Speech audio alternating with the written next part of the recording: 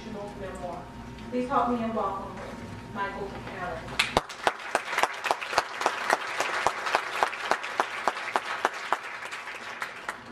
Good afternoon, everyone. How's everybody doing today?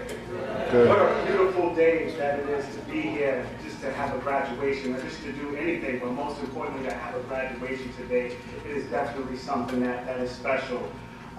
Hearing my bio, it always lets me know those steps that I've taken and just the road that I've taken to get to this point within my life. And I'm definitely blessed, but I think that I would be remiss if I didn't say that having my college education, none of those things that was mentioned in my introduction would be possible.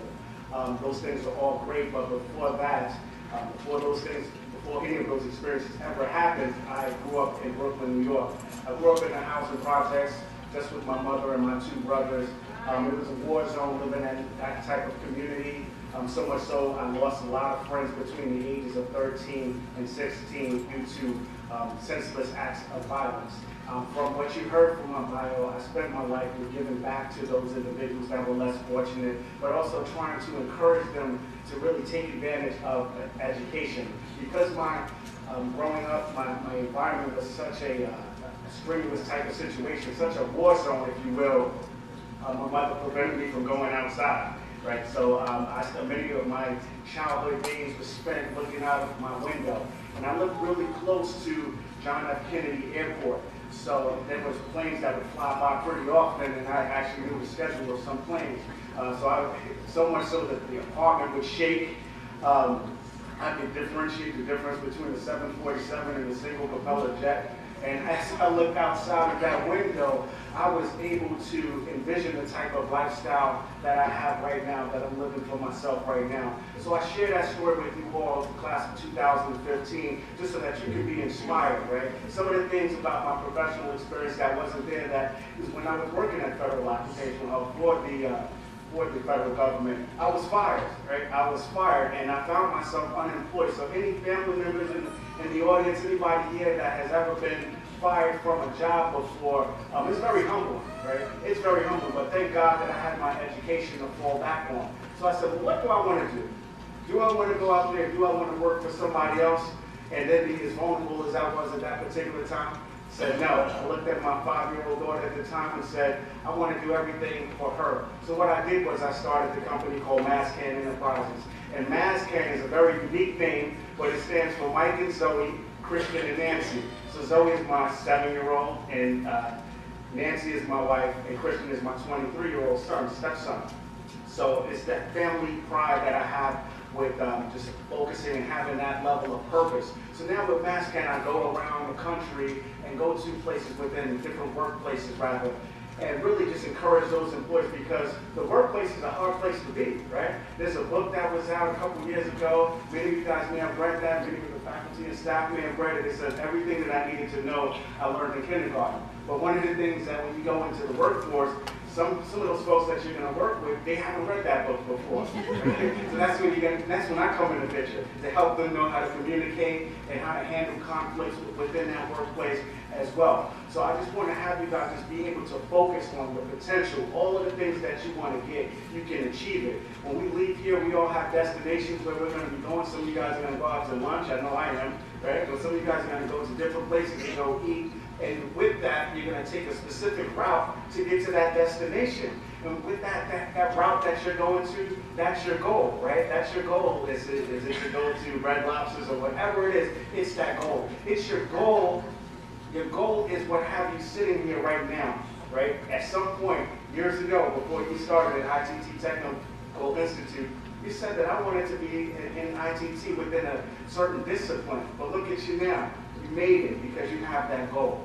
The last thing I want to say, hey, we can give it up for it. You guys made that goal. So always define yourself and don't stop here. This is just the beginning, folks. This is just the beginning. So just let Trails Blaze do the best that you can. Live the life that you want to. Be able to dream. Always keep your eye on that goal. Have different models to live by. You know, mine is all things are possible. And also, I'm willing to do today what others won't so that I can live tomorrow like others can. Those are things that I have on my wall that inspire me to do all of the things that was mentioned in my introduction today. And lastly, I just want to share the story of success. Some of you guys may have heard it before, but if not, this will be your first time. So it was a young man, and he ran across a mentor. It could be a faculty member, right? And he said that he just really inspired. He was really inspired by this mentor, by this guru. He said, wow, you're very successful. I want to be successful. I want to do all of the things. Can you teach me? Can you teach me all of the things that made you to become successful? So the guru, the older man says, absolutely, I can make you successful. Okay, I'll give you everything that you need to be successful. So he said, well, if you want to be successful, tomorrow I want you to meet me at 5 a.m. at the beach.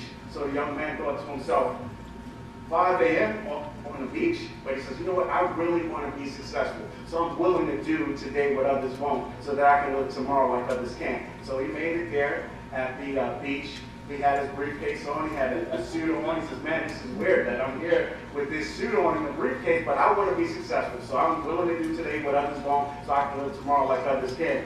The guru was there, he met him. He says, okay, young man, you want to be successful? He says, yes, sir. He says, I need you to walk to that water, okay? The young man starts walking in the water. He rolls his pants leg up over his suit. He's walking, and he starts getting wet when he gets to his knees. The old man says, continue walking, my son. You said you want to be successful, am I right? He says, yes, I want to be successful. Well, keep on walking.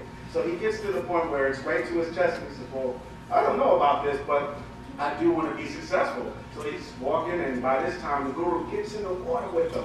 So it's going to his eyes, and then before he knows it, his head is submerged under the water. The guru's on top of him. He stands on top of the young man and puts his head in the water. So now the young man is trying to kick and screaming. He's like, oh, God, get off me. He's trying to free himself. What do you guys think this young man was trying to do while he was submerged underneath the water? What's that? Breathe. Right? So that's the moral of the story. In order to be successful, you have to want it as bad as you want to breathe. Okay? So if anybody in the audience, if you have asthma, you know how precious it is to take a breath when you get out of it, right? So just think about your success like that. Keep going, keep looking forward. Do it for yourself, but also do it for the people that have supported you to be here for this moment. Thank you guys so much. Good luck with everything you do. Make the rest of your life the best of your